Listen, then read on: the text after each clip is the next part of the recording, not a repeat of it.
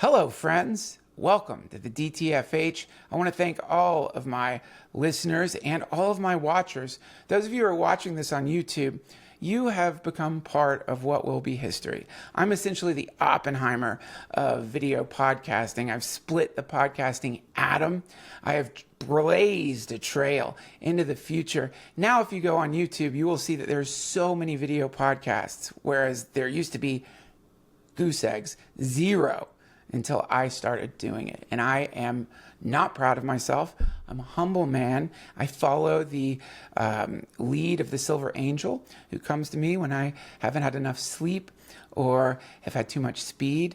And the Silver Angel told me, you got to go video. And I said to the Silver Angel, are you sure? If I do that, if I start a video podcast, I will be ridiculed. I will be banished. I will probably be kicked out of my book club. And the Silver Angel just smiled. And I know that smile. That smile means that if I don't do what she says, I'll shit my bed. She only comes to me at night. So I did it.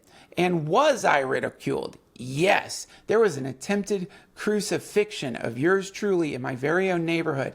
When the neighbors heard what I was doing, they dragged me out of my house and they tried to crucify me. But because I've been working out, I was able to pull my arms down from those nails, which is a really interesting thing to think about. Not to like get into crucifixion territory, but it does seem like if you were crucified, it wouldn't be that hard to pull your hands off, but then I guess you just fall forward, which would be incredibly painful. The point is, I did fall forward, but because I have really strong calves from doing a series of hardcore Pilates exercises with my girlfriends Janine and Lene, I was able to pull my feet completely off of the crucifix, do a triple Elden Ring style roll, making me invulnerable to the knives that my neighbors were throwing at me, and then a leg sweep took them down. They both hit their head really hard and they're still in the hospital. I will not press charges. Don't worry, Gary, and don't worry, Tim. Just please don't try to ambush me anymore and crucify me in my own neighborhood in front of my kids, because if you do that, you know, fuck around and find out. Today's guest, Mitch Horowitz, is brilliant. He's written probably more books than I've read. I would highly recommend The Miracle Club. He's written so many books on manifestation, on magic. But I know what you're thinking. Some people, when they hear that, their eyes roll back in their head and they're like, I don't want to hear about any manifestation bullshit. I'm telling you, Mitch, his ability to write about the paranormal, to write about fringe topics that a lot of people, when they try to write about it, it just comes across as bullshit. His ability to apply logic and rational thinking to topics that normally get completely rejected by the mainstream is a true talent, which is why I'm so happy that he got his own show on the Discovery Channel, Alien Encounters. If you are listening to this, if this even comes out on June 19th, check it out. It's Alien Encounters on the Discovery Channel. And during this episode, we don't just talk about aliens, of course we do, but we talked about the bigger picture, this strange reality we all exist in, where we live in a situation that at any given moment, the unknown becomes known. And sometimes when that happens, it completely changes everything forever. I mean, we've always had lightning, I'm guessing, but think of the moment we harnessed the power of electricity, of fire, of artificial intelligence. It's these moments where the unknown leaks into the known, the impossible becomes possible, that shockwaves are released through history. Cultural shockwaves. It changes the culture. Physical shockwaves. Suddenly, we start seeing things we've never seen before. For example, for an old man like me, it's a real weird thing to see a self-driving car. No one in it. Just tootling along by itself as though driven by a ghost.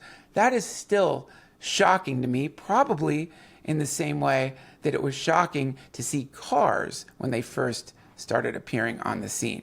The point is, Mitch Horowitz is a master of finding a nice, solid, balanced point of view when it comes to stuff that usually is either addressed in a kind of manic, irrational way or in a hardcore skeptical way where it's all refuted. Mitch is the middle way. So I really hope that you will check out Alien Encounters on the Discovery Channel. But first, listen to this great episode with Mitch Horowitz. I want to thank Squarespace for supporting this episode of the DTFH. Squarespace has been one of my longest sponsors, and they never fail to amaze me. It's this constantly evolving toolbox that you can use to build websites. And it's always been incredible, or I wouldn't advertise for them. But my God, they just released the most insane thing that you've got to try out. It's called Blueprint AI and SEO Tools. I just tried it, and basically what it does is you pick out a template that you want for your website, and instead of having to type what your website is all about, you tell an AI what your website is, and then the AI populates your website with all the information that you gave it. Oh my God, this is insane. Anytime I've been wanting to create like a prank website, for example, the one I got the AI to help me create, Visiting Devils.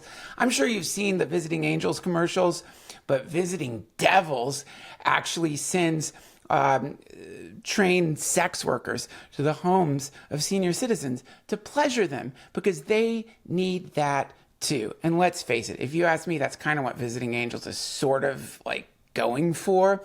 Visiting Devils, it would be a huge hit, by the way, and hopefully one day, especially before I become a senior citizen, which I'm getting really close to, this service will actually become real. Maybe I actually just help manifest it. But if you've ever tried to build a website and you've realized that it takes a long time to write out the about section, to write what your website is about, and now you could just do it with AI and it looks good. I'm not sure which large language model they're using, but it is incredible, and even better, it didn't reject my idea because it's a little, how shall we say, erotic. Some AIs, they're kind of square. This AI was totally cool with Visiting Devils. You got to try this out. Squarespace, you're constantly blowing my mind. Also, if you're trying to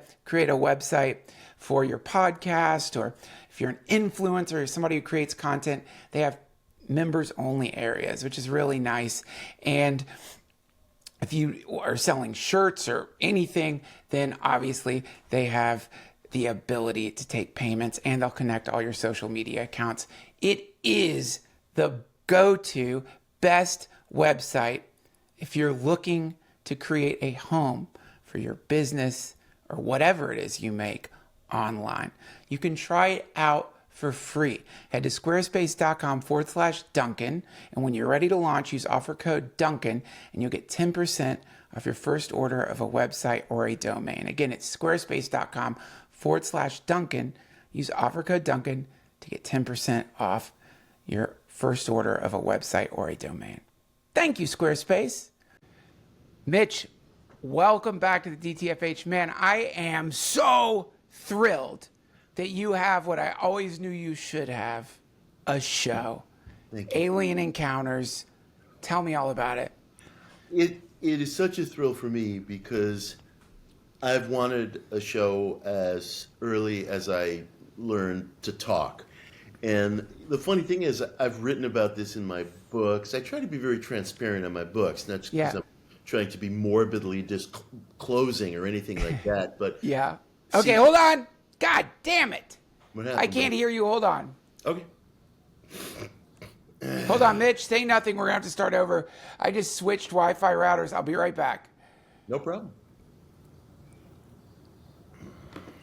One for the road.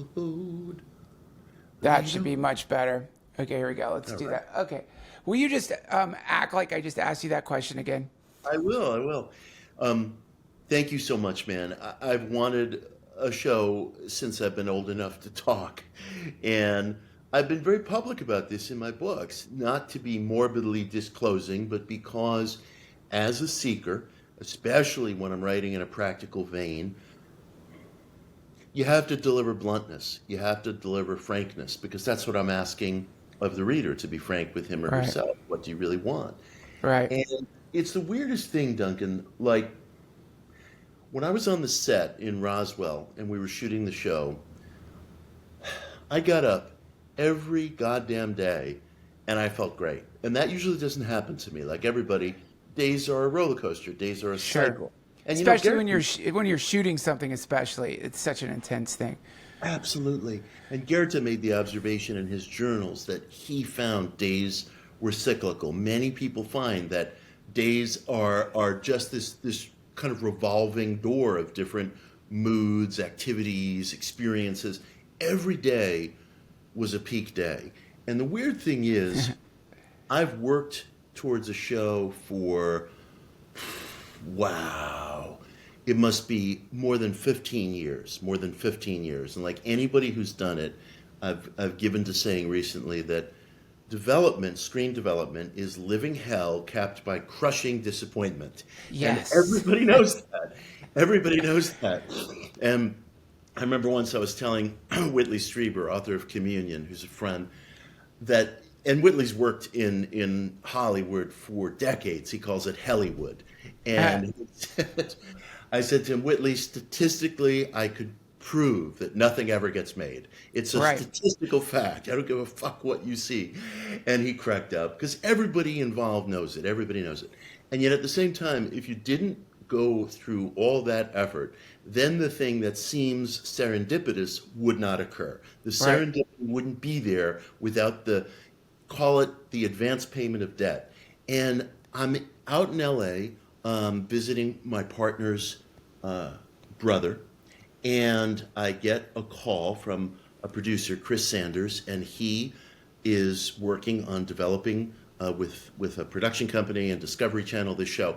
Anyway, long story short, the thing came together in weeks. After 14 Wow. years of ball-busting effort and tears and, sitting in public parks saying, I'm a failure, it happened, and I loved it, and I wouldn't I trade mean, it. that never happens. It's I've never funny. heard of that happening. I don't know any stories of that happening. It's like the what you're talking about, I've heard described as development hell, and Yeah. and all of us know people who have brilliant ideas and are brilliant people, Yeah. and they sell the idea to a network and they get a script deal, and Yeah. then in the midst of writing the script, whoever decided that they were going to squeeze the trigger on the script deal inevitably leaves. And so now a new guy comes in. He studies what they have. He wants to do budget cuts. He didn't get the script deal. He doesn't like it. And also he wants to do his things his way. And Right. so your script that you just worked on for not just like this 6 months or whatever that it was in production, but probably a year of development in your own mind and working on it, and the pitch meetings you took. Yeah, man, that's brutal. That's incredible. So for you somehow, you just in a couple of weeks got a TV show. Well, dig this. I read something in one of these self-help books from the 1950s that always stayed with me. I must have read this 10 years ago. There's a book from the 50s called How I Took Myself from a Failure to a Success in Selling by a guy named Frank Bettger. Okay. So Frank was a lifelong salesman, and he said there is a natural law that every salesman knows, and that is that you make 100 phone calls and you get nowhere. And then seemingly out of the blue comes that one phone call that makes your season.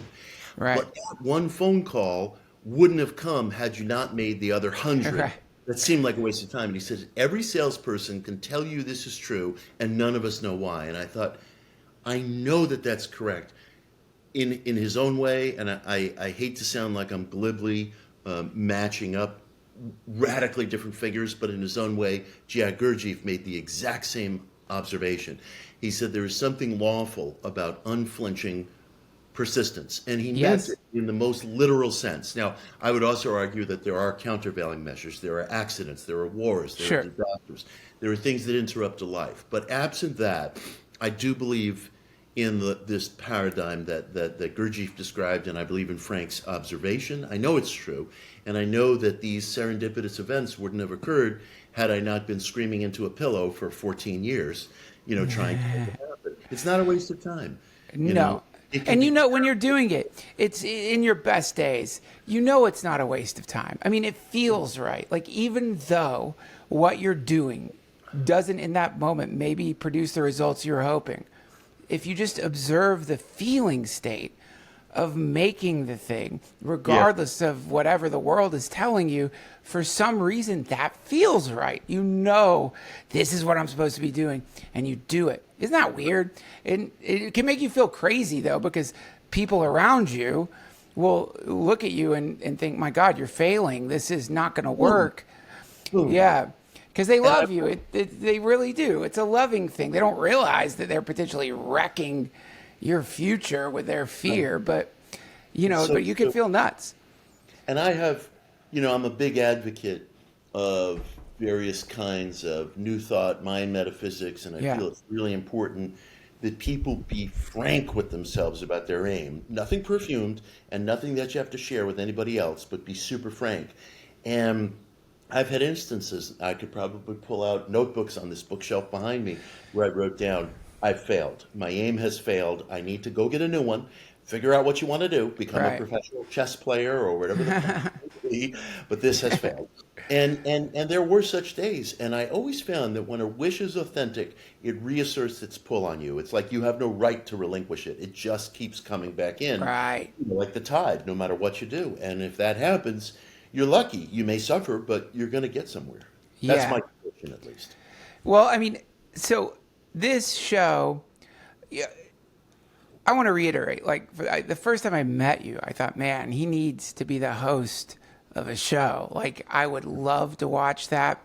But this show, I think, is so important right now because obviously there have been many, many shows about aliens, many, many shows about UFOs.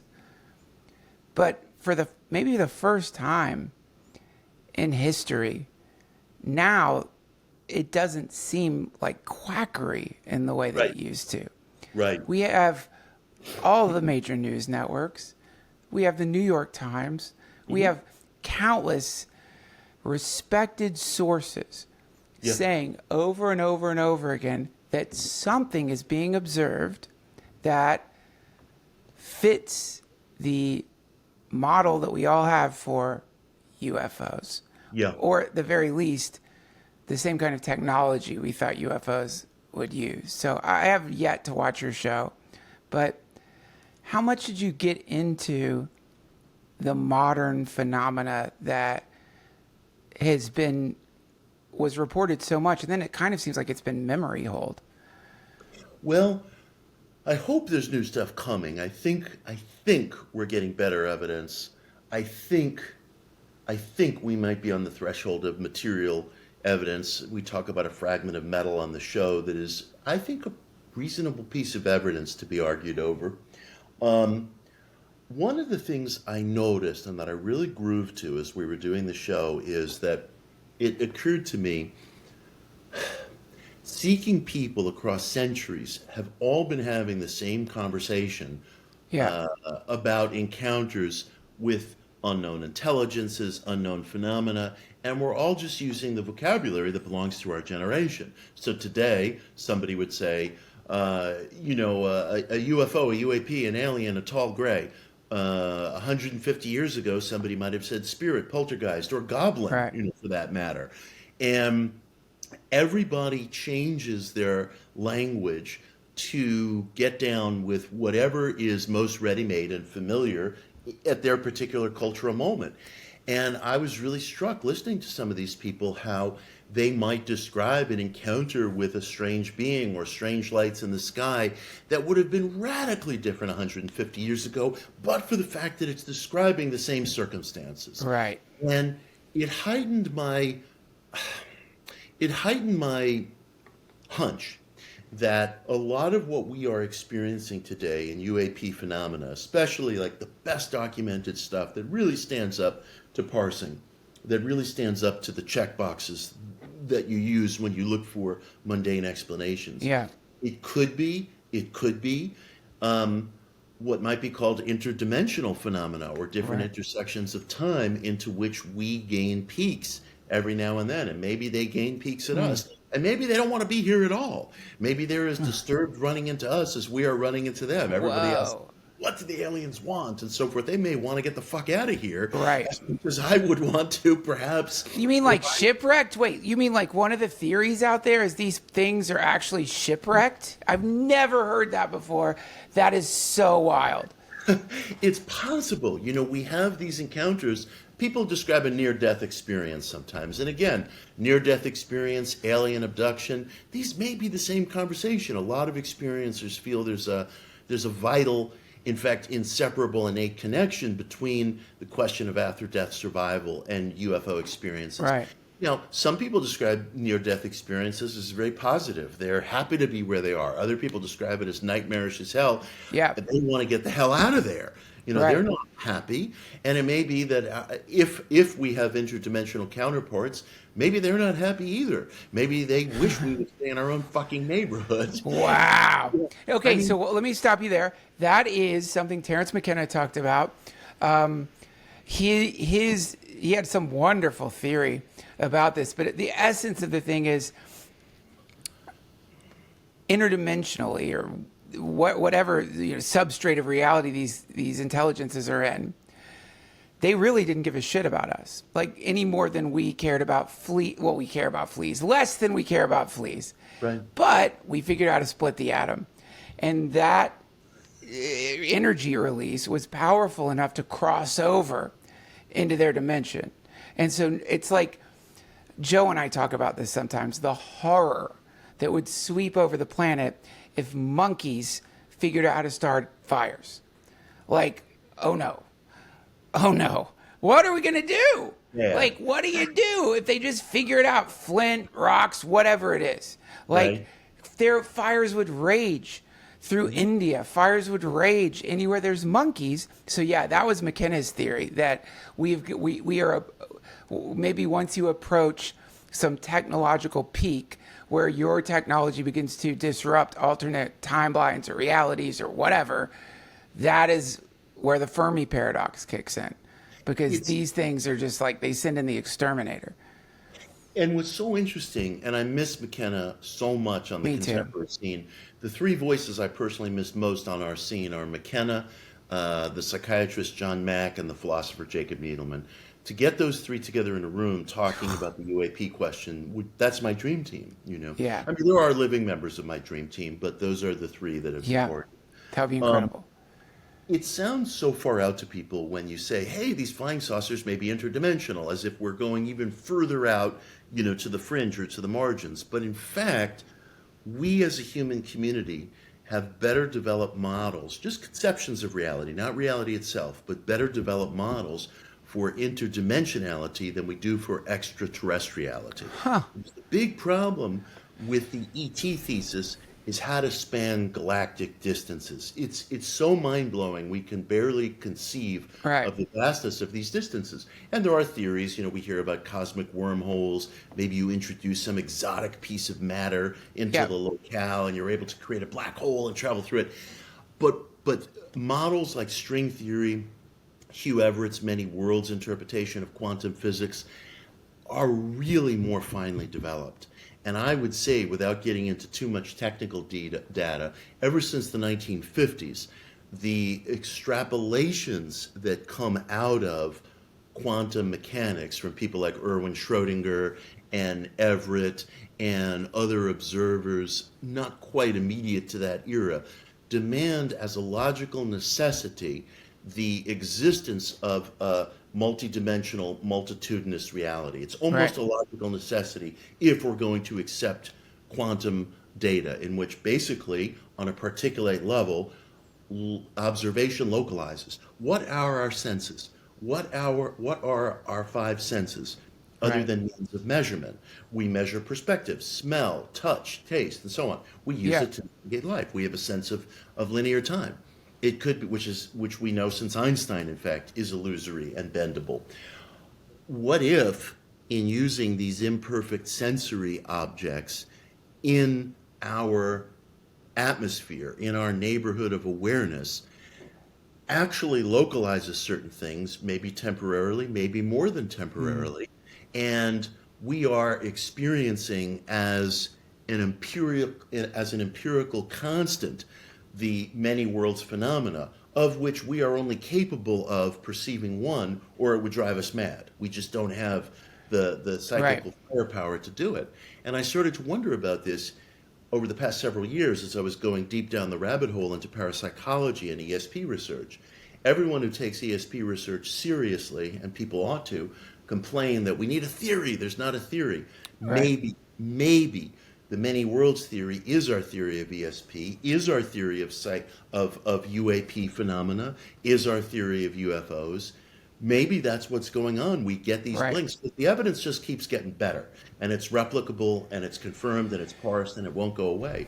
Maybe that's our theory. It could be that is more practical than the intergalactic thesis, although it doesn't rule out the intergalactic thesis. There may be a lot of things happening in our neighborhood, so to speak. I think it's important to recognize that just because now suddenly we're having this new data set related to the Tic Tacs, the UAPs, that whether or not that turns out to be real, it does nothing to discount all of the stories and experiences that have gone before. And I think that's really important because it feels like the UFO community has put a lot of their chips on the table with this UAP thing. And that in doing so, it's not like they're refuting previous encounters, alien abductions, all of the things that have been studied. But in that, it creates a sort of tent pole where if it does turn out that what we're looking at is like Oppenheimer 2, that they figured out some new physics or some new propulsion mechanism, and that they've been testing a new weapon of war, which would really explain a lot. Why do they show up around military bases? Why do they turn off nuclear missiles? These are all in the interest of the military-industrial complex. And if I'm testing some new technology, obviously I'm not going to test it on enemies. I'm going to test it on my own tech to see, can they be detected? And even culturally study what is happening, and then even signal jam the entire conversation by seeding out there in the world that it could be UFOs, when in fact we're getting ready for World War III and praying that Putin does something so that we can demonstrate to the world, oh, we have a new boot to put on your neck in the form of these things. So I think, to me, it's important to understand this thing your show is about.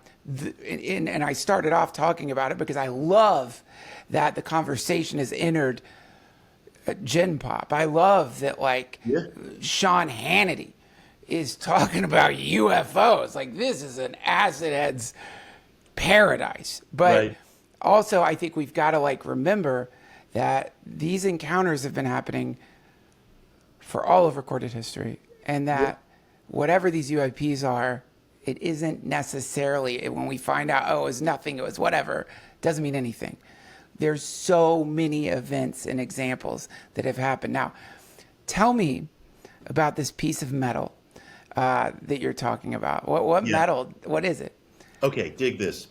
This was brought onto the show by one of my very favorite guests, a man named Frank Kimbler, who is a geologist and a professor of earth science at the at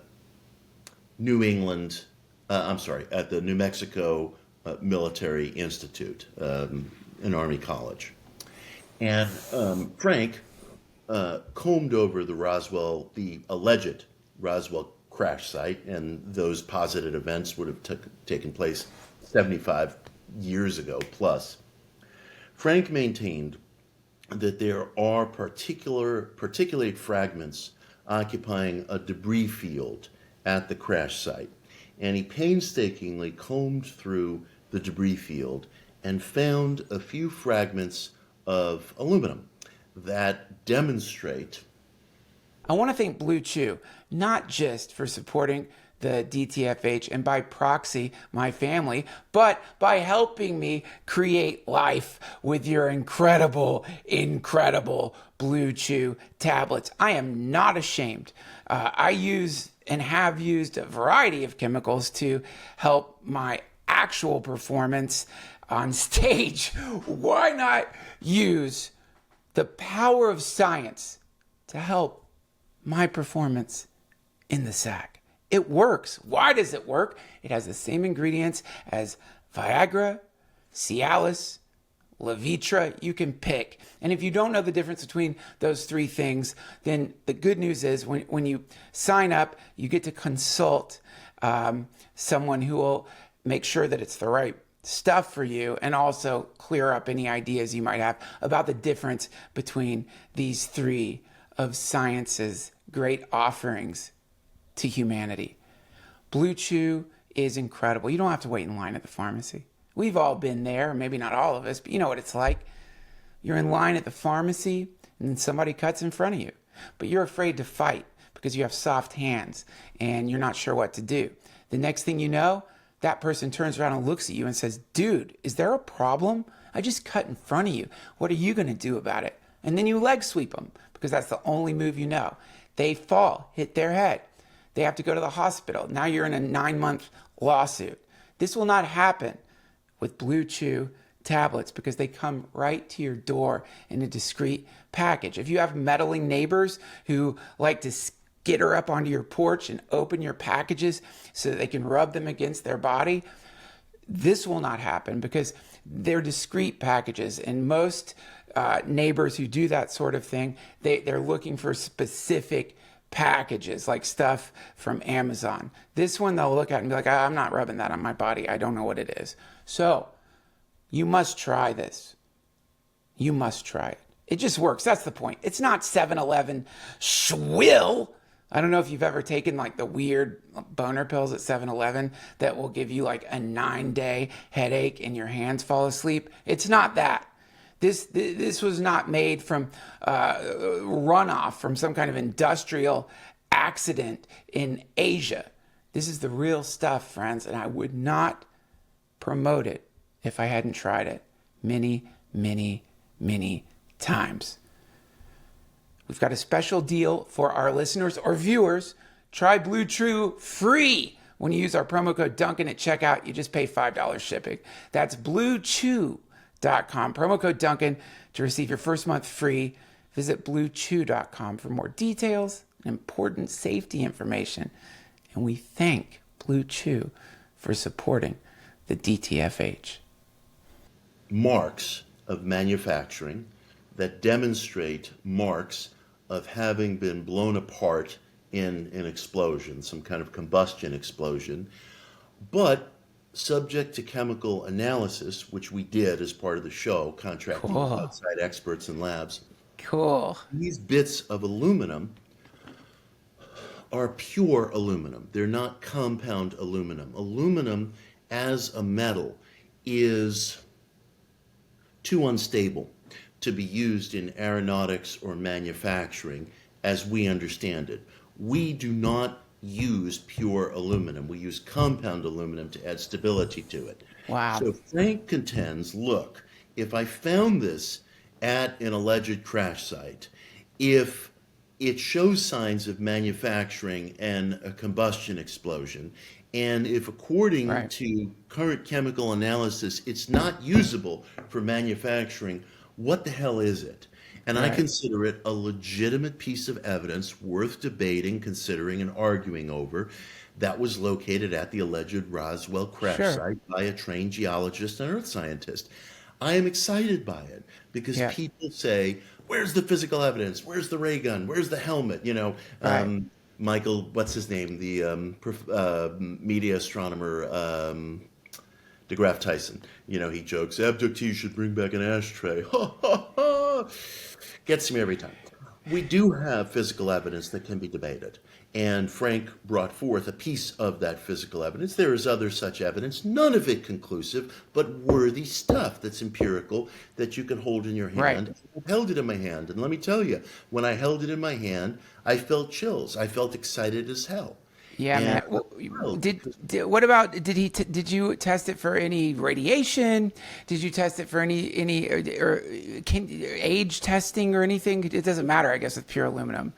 it didn't show up. I don't believe it showed up any radiation, and I don't think there was any like real age testing. I mean, it was manufactured stuff, so it wouldn't be something that would necessarily date back to antiquity. He was dating it contemporaneous to the alleged Sure. crash, and Okay, well, let's just. This is honestly what I'm about to say.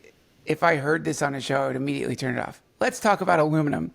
Like, it's a horror aluminum to is see. exciting to everyone.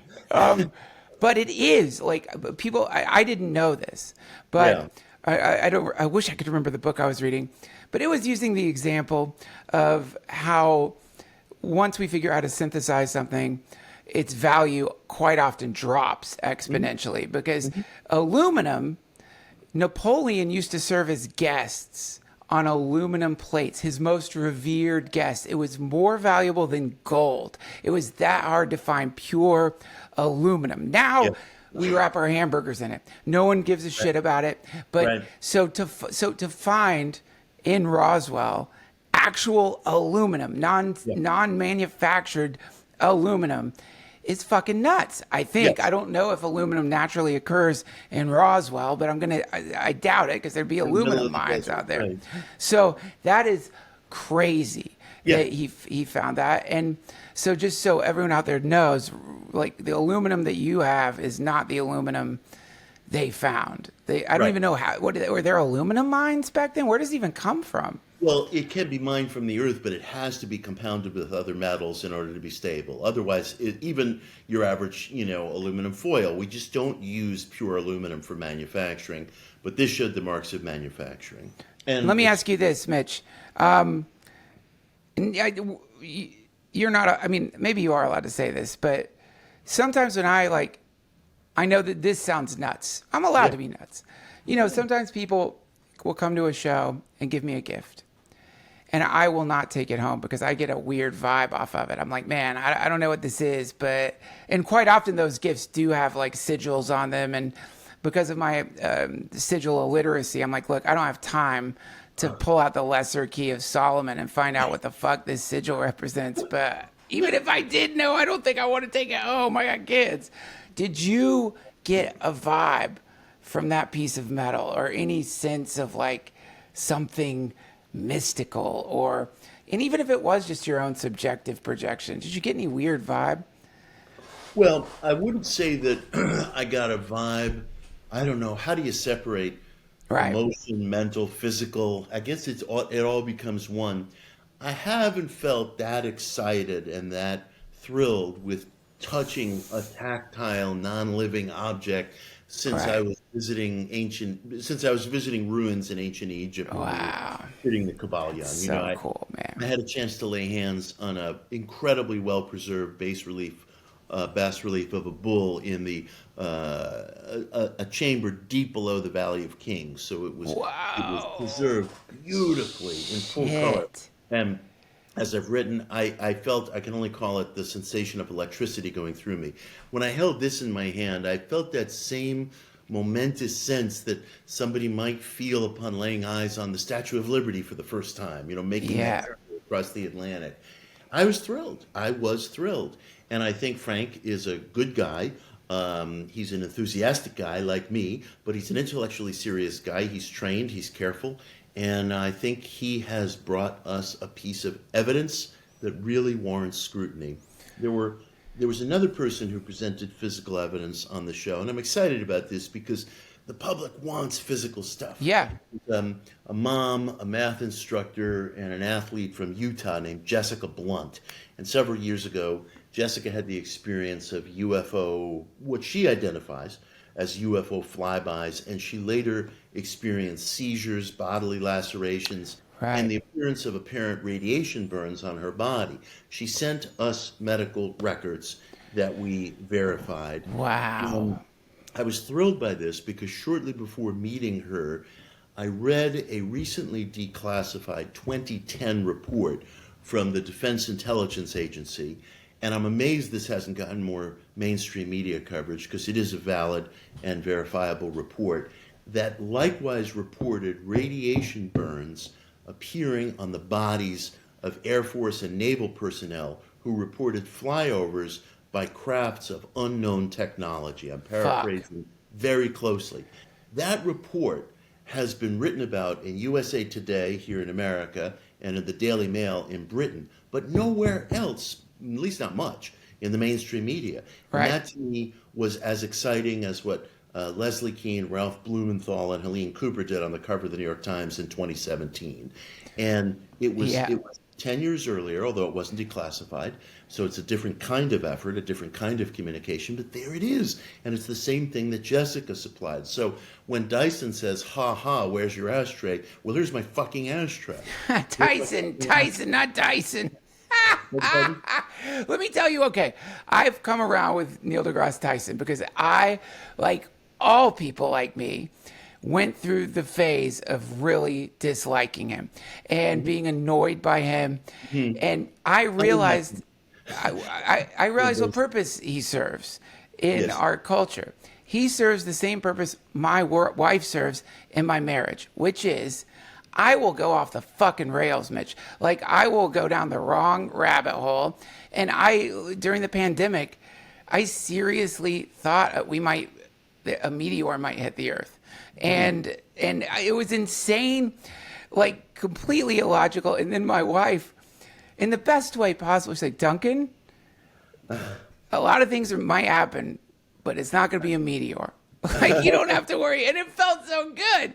Neil deGrasse Tyson, what I like about him is he's sort of like when I get too far off the rails.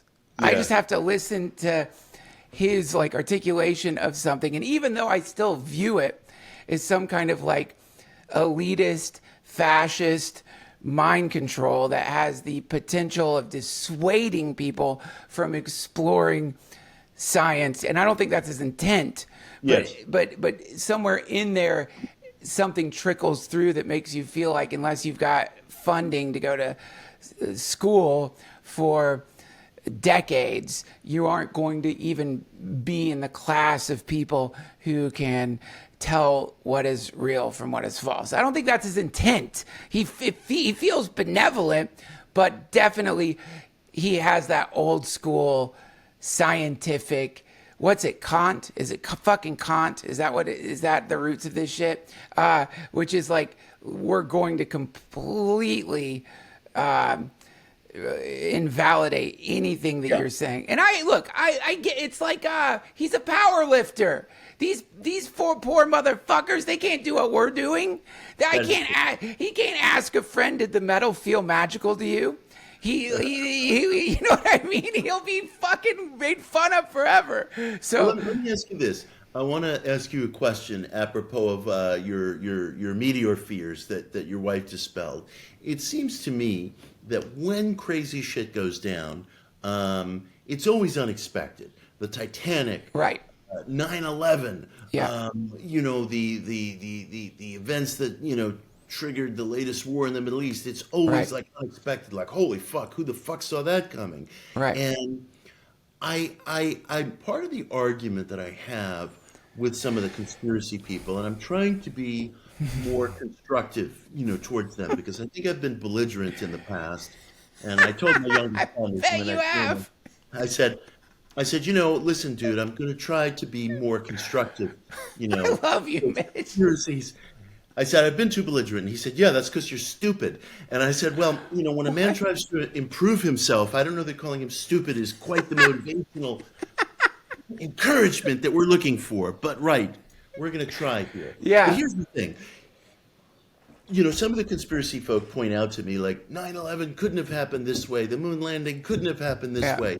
And my counter to them is, I don't have the specialized knowledge to argue with you, but I do know that when unprecedented things happen, it's always incredible. It's always unexpected. Yes. We don't know what it's like when a big iron ship hits an iceberg until a big iron ship hits an iceberg. Right. We don't know what adjacent explosions might be like when airplanes hit buildings, because that doesn't happen. This is the first fucking time it happened. So the old rules, the rules haven't been written. We're learning the rules as we go along because this shit is so unexpected. That's right. That the old rules don't apply. So that's a generalist approach that I sometimes take. Listen, this is, I was just thinking this. Like I told you before we started recording, I'm reading this great book called Psychonauts. I'm going to have him on the show soon. Great book out there, guys. You should look it up. It's a study of sort of the history of drug use in the United States. We're all pretty familiar with like post-60s drug use. But my God, holy shit, in the 1800s, people were so high, Mitch. And they were scientists and respected. Like, these were people who went on to like chair departments at famous universities, who were putting themselves in boxes filled with nitrous oxide for as long as they could. Actually, who? William James. William James. Yeah, absolutely. William James was among them. Yeah. And like, I think even though we all know Freud was into blow, like, I don't think anybody understood what that meant, because back then, because this was all new, cocaine was being heralded as this miracle drug to fight against, they have a great word for it, neurothasenia or something, like too much. Neurasthenia, yeah. Neurasthenia, depression. Yeah. And they were saying neurasthenia is because like things are moving too fast, people are getting depressed. So cocaine. Well, water, it's available everywhere now. We're soft. Right, exactly. That's the funniest thing. They're like, this shit is crazy. Right. And this stuff is too intense, dude. Get some blow. That's what they were doing. But and the thing where I really started feeling butthurt as someone who loves psychoactive substances is that so many years of my life, I had no idea that respected scientists, intellectuals, philosophers, poets were just getting blasted and saying, this is helping me do what I do. A famous surgeon was talking about how he didn't think he could have innovated some of the rules we still have today for surgery if not for cocaine. So I'm not a fan of cocaine. I get depressed on it, but still, my point is to get to what you just said. The scientific mind in those days was incredibly open to all kinds of weird shit. The subjective experience was not discounted as much as it is today, it seems like. And the experiences that people are having on these substances, nitrous, whatever, are so interwoven with the zeitgeist that they were living in. The visions they were having were interwoven with the zeitgeist. And so it makes me think of time as this kind of river. And we, like you said earlier, Einstein proved that space bends. People doubted him about that. They had to wait for an eclipse to prove that like light was. So space is bending, warping, weaving, changing all the time. This is where quantum physics pops in and upsets Newtonian physics. So now you have what you're saying, not just the possibility for a Titanic to slam into iceberg, plane to slam into building, but the possibility of this stuff that we're all part of getting so warped that physics itself, everything that we understood prior to now, completely changes. The low level way people talk about it is the mandala effect. Like that history is actually changing, that we're in a warping, flowing, continuous river of creation that it won't be domesticated. And even if you've made predictions, and even if you have what do they call it? If you could reproduce your experiments, at some point you might not be able to anymore. That's the reality. That's true. I mean, is it likely? No. But just the fact that possibility exists, that everything could change immediately in a second, like in a way that we have never, ever predicted or have any precedent for in history. That's thrilling. It is absolutely thrilling. And where to begin? One of my intellectual heroes, as you know, is the ESP researcher J.B. Rhine, who started the parapsychology lab at Duke in the 1930s. And J.B. was asked by an interviewer, is ESP real? And he said, I would put it this way, ESP occurs. It occurs. And he was very interested in replication because he was a mainstream scientist, statistician. That was his job. But it's no less real for not being replicable. You know, as Hegel famously wrote, if it's real, it's rational. If it's real, it's rational. Where's the empiricism?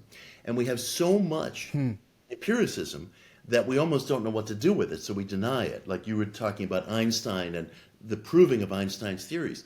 In our very own era, astronauts, although they're moving nowhere near the velocity of light speed, actually demonstrate minute but measurable reductions in the aging process. It's as real as it gets. It's classical Einstein, and he wasn't kidding. You know, he wasn't kidding. And apropos of what you were saying about the Mandela effect, it's really not much different from the many worlds theory that was pioneered in the 1950s to understand quantum physics. Right. Yeah. It could be that at every instant, including this one right now, we are completely reimagining who we are, what we are, past, present, so-called future. If you ask me, Mitch, where are you from? I'd say, well, I'm from Queens, and my father did this, and my mother did this, and then we moved, and we had a dog. It's all true.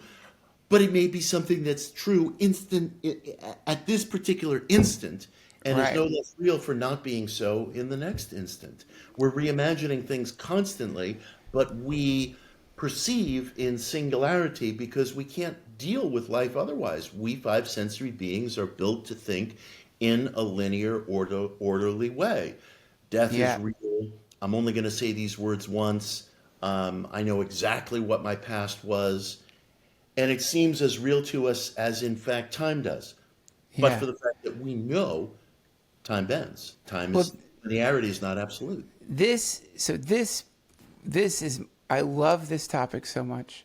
And to me, though I don't really care for the book, I respect the book, The Denial of Death. It seems to me like a quick fix. It's sort of simplifying humanity in a way. You can't just pin everything on people being afraid of death, but the premise being like a lot of neurosis, a lot of people freaking out. It's just all because we are just at the precipice of an unknown that is death. And so people are freaking out. Well, I think it's more to the point.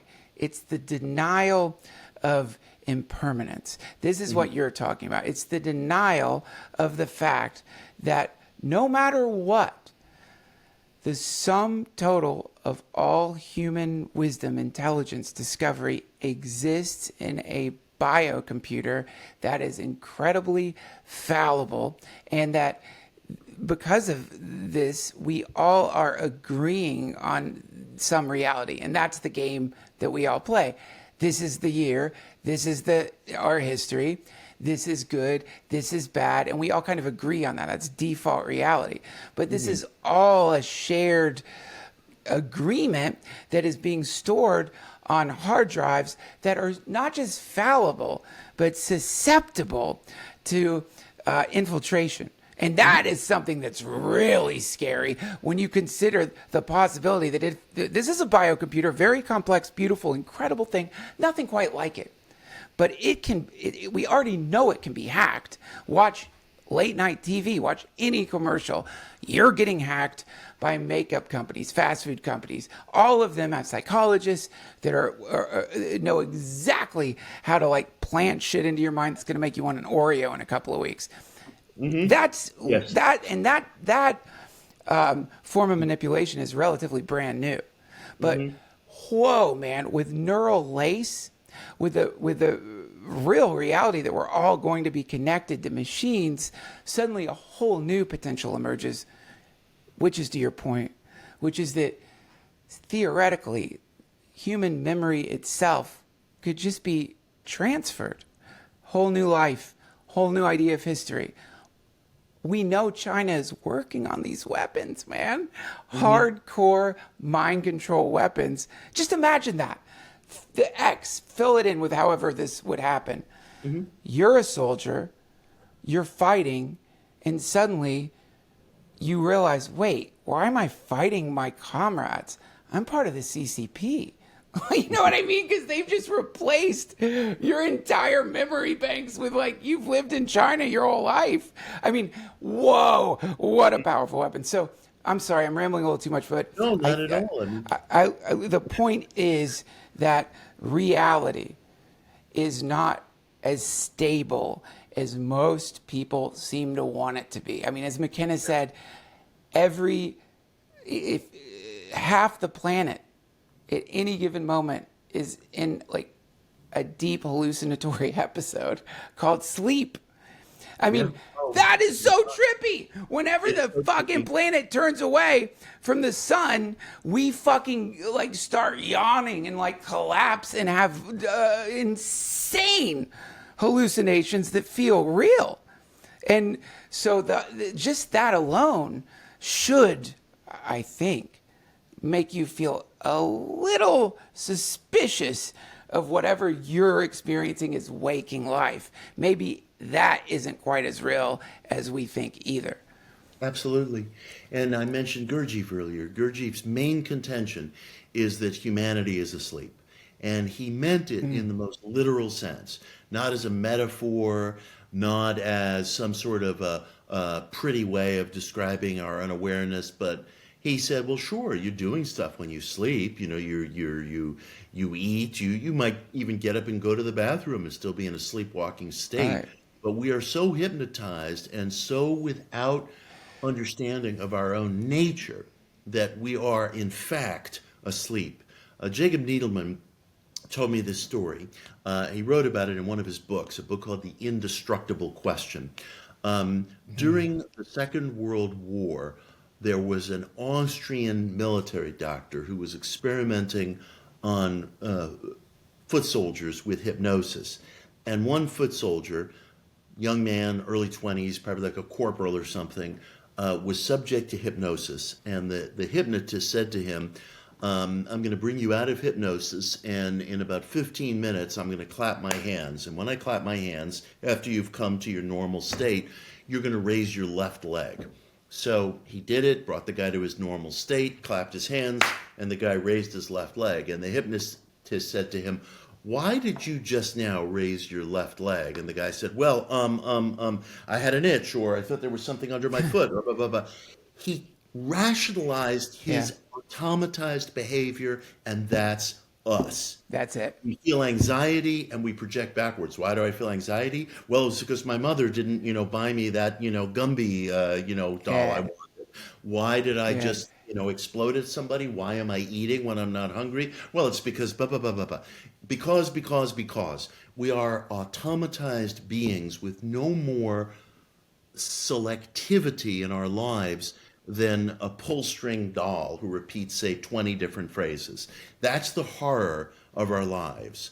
But it's not without possibility. It's not without possibility. That's why I crack up whenever the latest TED Talk neurologist is explaining, you have no free will. Free will is an illusion. Right, because you're studying the box. But there are beings, and sometimes we're among them, who exit from the box, even if only temporarily. And that exiting, as you were saying earlier, is no less real, even if it can't be repeated. That's right. And how do you even quantify that? That's the problem, is like, the quantification, the entire methodology that has given us all of the incredible advancements that we have is built on the backs of people who had visions, built on the backs of people who had inspirations while they dreamed, built on the backs of people who are on so much pharmaceutical cocaine. And, just coming. So it's like these technological icebergs, I guess you could say, are poking up into default reality. Underneath, they're just floating in drugs, delirium, mania, sleeplessness, religious fundamentalism, visions from God. But we can't talk about that. We talk about the quantifiable thing. We can't talk about the fact that these things are emerging from human consciousness that has quite often been. Look at Newton. Yeah. Well, he had mercury in his hair. He was so out of it. He's playing with mercury, studying the Temple of Solomon. It's like, That's right. Translating the Emerald Tablet. First English translation came from Newton, actually. Yeah. And so I think that's why people like us do get a little like sand in our diaper about Neil deGrasse Tyson, because he's like giving this impression that scientists are these sort of rational gentlemen who like stand up for the truth, when their entire lineage is maniacs who are testing on themselves. That's the other thing. Like that, they would quite often just be like, let's see what happens if I inject dog cum into my body. Hold on one second, Mitch. I got to switch cameras. This episode of the DTFH is supported by BetterHelp. Friends, therapy. Try it. You'll be so glad that you did. I know what you're thinking. I'm a perfectly sane, rational person who sometimes wakes up screaming in the middle of the night and secretly hates myself. Why do I need therapy? You will be so glad you did it. It's like any other really healthy thing, like the gym. You know, I've been going to the gym regularly now for almost a year, but that didn't happen because I wanted to do it. I actually would drive to the gym, sit in the parking lot and leave. But I figured it's still better just to like try to get there than to do nothing at all. And then gradually my body got addicted to it, and now I have to go. Therapy is similar, except unlike the gym, if you find a good therapist, you don't have to go for your whole life. They will help you with specific issues. And you know, a lot of us have just a basic habitual problem. Sharon Salzberg puts it best. At the end of the day, why is it that many of us only think about the rotten things we did during the day? We think about the one bad thing we wished we hadn't done and forget all the good things. Opening the door for someone, letting someone out into traffic, taking care of our animals, taking care of ourselves. These things, forget it, uninteresting. But in the way we hyperfixate on the one cruel comment in the comment section of something we put up, we hyperfixate on the one moment of mild gracelessness each day. Therapy can help you correct that habit, among other things. Bottom line, I have personally benefited from therapy, and my only regret in that regard is that I didn't start going sooner. And I think if you're feeling like maybe that's the right thing to do, you should give BetterHelp a try. It's entirely online, designed to be convenient, flexible, and suited to your schedule. Just fill out a brief questionnaire to get matched with a licensed therapist. You can switch therapists at any time. That's very useful when it comes to therapy. Sometimes you got to find the right therapist for you. And that's it. Try it. Visit betterhelp.com/Duncan today to get 10% off your first month. That's BetterHelp, HELP.com/Duncan. Thank you, BetterHelp. So, I want to comment on two different things. You had mentioned Emil Durkheim's denial of death. And, we look at figures like Durkheim and maybe Erich Fromm, who wrote the famous book Escape from Freedom about the psychological triggers of fascism. Other people at that time, they were people of great humanity, and they believed in and they wanted a better, more rationally just, organized human polity. They were democratic socialists. They were Freudians. They were humanists. They were men of science. They gave a shit about humanity. But reading them today feels to us almost too elementary. Like, oh my God, you're going to tell me that fascism is because I want a big daddy? Well, yeah, I believe that. I understand that. Right. But, authoritarian and fascist politics occur in so many different settings at so many different times, including in societies and households where people already have a big daddy, and I don't know that it holds up. And our fear of death, well, of course, no argument there. But we read these guys today and it sounds elementary to us. And they needed to take greater account of the ineffable. And that's the flaw of modernist letters. Modernist letters, for whatever reason, decided that all the antecedents to life need to be studied, parsed, considered, but none of them are going to be extra physical. None of them are going to be metaphysical. If you're a Freudian, you got trauma. If you're a Marxist, you got economics. If you're into, Einstein and the new metaphysics, you got time space. Louis Right. Pasteur, germ theory. William James, self-image.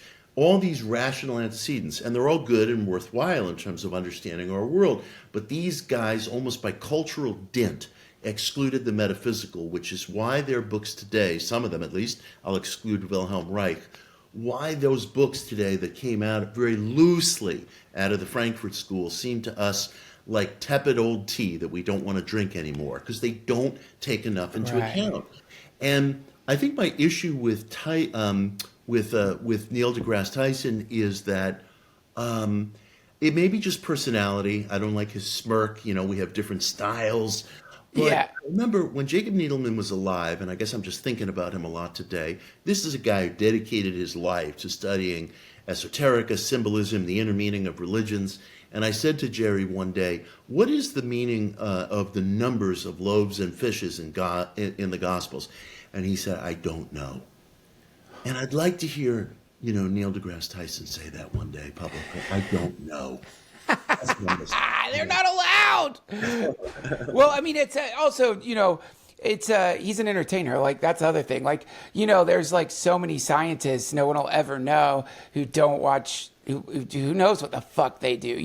They're hyper specialists studying like the proboscis of some, swamp thing that no one will give a fuck about, but that's their whole life's work. And there's something in it that's cool. But I agree with you, man. And I think that to me, where the danger in anesthetizing, or sanitizing science is that it produces a version of scientists that doesn't seem to match the greatest scientists. And that's the problem. And so people begin to doubt themselves when they're having these intuitions to do bizarre studies or try weird things or think about things in an insane way because of that smirk. And it's not Neil deGrasse Tyson's fault.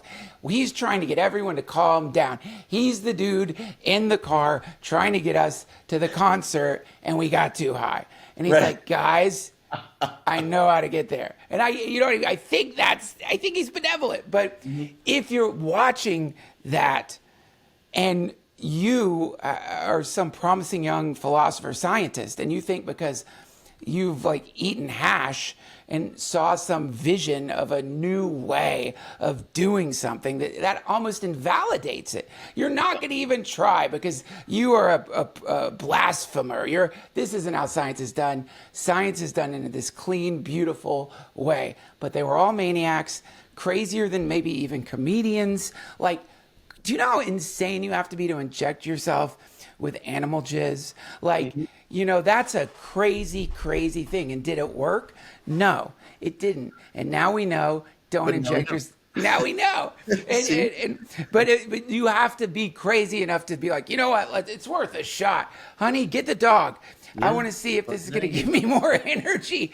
But yes, I agree with you, man. And I love your work because the challenging aspect of this conversation is if you veer too much into the ineffable, if you veer too much into the metaphysical minus the reproducibility, the quantification, then no one wants to hear it. It's the translators like you, I think, that do the world a really great service, because we all need the reminder that, hey, just because this scientist or that scientist raises his eyebrow at ESP, UFOs, whatever it may be, it's not a very scientific thing to just believe it's not true. Right. You need to dive in. You need to trust your instincts, right? And so to convey that to people in the way that you do, in a very astute way that is really rooted in, like, I can't even imagine how many books you've read, my friend, but it's really rooted in like logic. I love it, man. And I must ask, do you have a little bit more time? I do. Okay. Did you have any moments in the course of this show where you began to do a Neil deGrasse Tyson smirk? Did you have any cynical moments? Like when I did a show with Rogan where it wasn't aliens, it was everything weird. And somewhere along the way, I think we both started feeling like a little deflated. You know what I mean? Because of our optimism. Mm-hmm. We wanted proof. We wanted the thing. And something about being so naive, maybe, that we thought that we would find it. And then, realizing that some of the people we were talking to, definitely, whatever, they experienced something, but a lot of the times it felt completely just not real. Did you have any moments like that where you're like, fuck, man, this is a waste of time. We're barking up the wrong tree here? Yeah, absolutely. There were two encounters in particular where I felt like the experiences were bringing to the table such ready-made language, such common language that you could just pull off the shelf. Well, this was a lizard man, and this was a tall white, and this was a gray, and it was this kind of a craft, and they were from this galaxy, and this stuff is all mixed up in the subculture of UFOs. Whitley Strieber, to a very significant extent, laid down the template. So this is the guy that everybody sees, and it's interesting as hell that it looks a lot like the guy that Aleister Crowley saw. Yeah. And that's intriguing as hell. But when it starts to become a cookie cutter, all but literally, and sometimes literally, it's boring. Because this is just deferring to cultural custom. I was telling somebody during the show that in 1893, President Teddy Roosevelt published a memoir called The Wilderness Hunter about his experiences hunting across different continents. And he was hunting in the early 1890s on the borderlands of Idaho and Montana, which was real wilderness at that time. And he encountered a trapper who told him a blood-curdling fucking story that we would recognize as a Bigfoot story. Right. Roosevelt called it a goblin story. And it was funny to see the use of that word because it seems so antiquated to us today. But he didn't have words like Yeti or Sasquatch. Right. So that's what he reached for. And I respect that because that's what was available, but he didn't rely on it. He used the word once, and then he tells the story as it was repeated to him, and it's blood-curdling because of its specificity. When people step up, and instead of specificity, they're just using wordy words, like, oh, he was a tall gray, and then there was this happening, and that happened, and I'm like, I just saw this the other night on the fucking X-Files repeat. It's boring, and it's deflating because that, to me, is just ladling the cultural soup. And you're not learning, you're not discovering anything. When you read Whitley Strieber, for example, I often tell people, if you haven't read Communion, read the thing. There's an originality to the voice. And by the way, I'm not making a comparison. This was true of Joseph Smith, too. When Joseph Smith received or wrote or whatever he did, the Book of Mormon, yes, it draws on scripture. Yes, it draws on folklore from central New York State.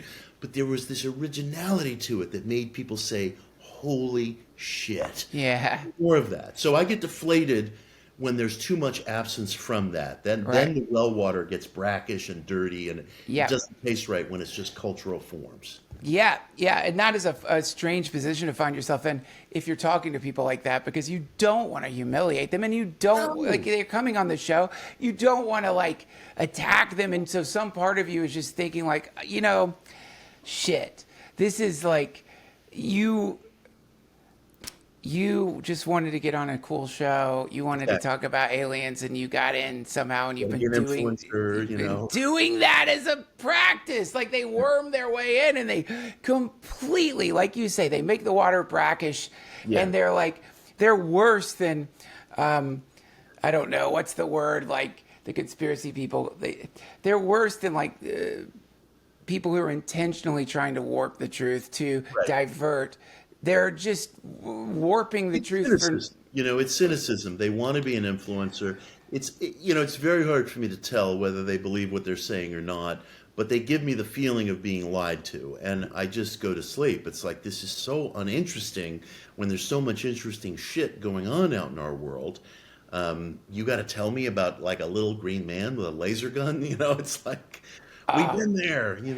I cannot wait to watch Alien Encounters, Mitch. Thank you, This man. is so exciting. So it comes out tonight, you say? It comes out Tomorrow night. tomorrow night. Wednesday, June 19th on Discovery at 10 p.m. Eastern, 10 p.m. Pacific. And then later this summer, it's going to come to Max and Discovery Plus. Hell yes. Yeah. Congratulations, my friend. you. I will be watching tomorrow night. Thank you so much for coming on the show. All right, my man. Thank you so much. That was Mitch Horowitz, everybody. Check out Alien Encounters on the Discovery Channel. Thank you so much to our wonderful sponsors, and thank you for listening or watching. I'll see you next week. Until then, Hare Krishna.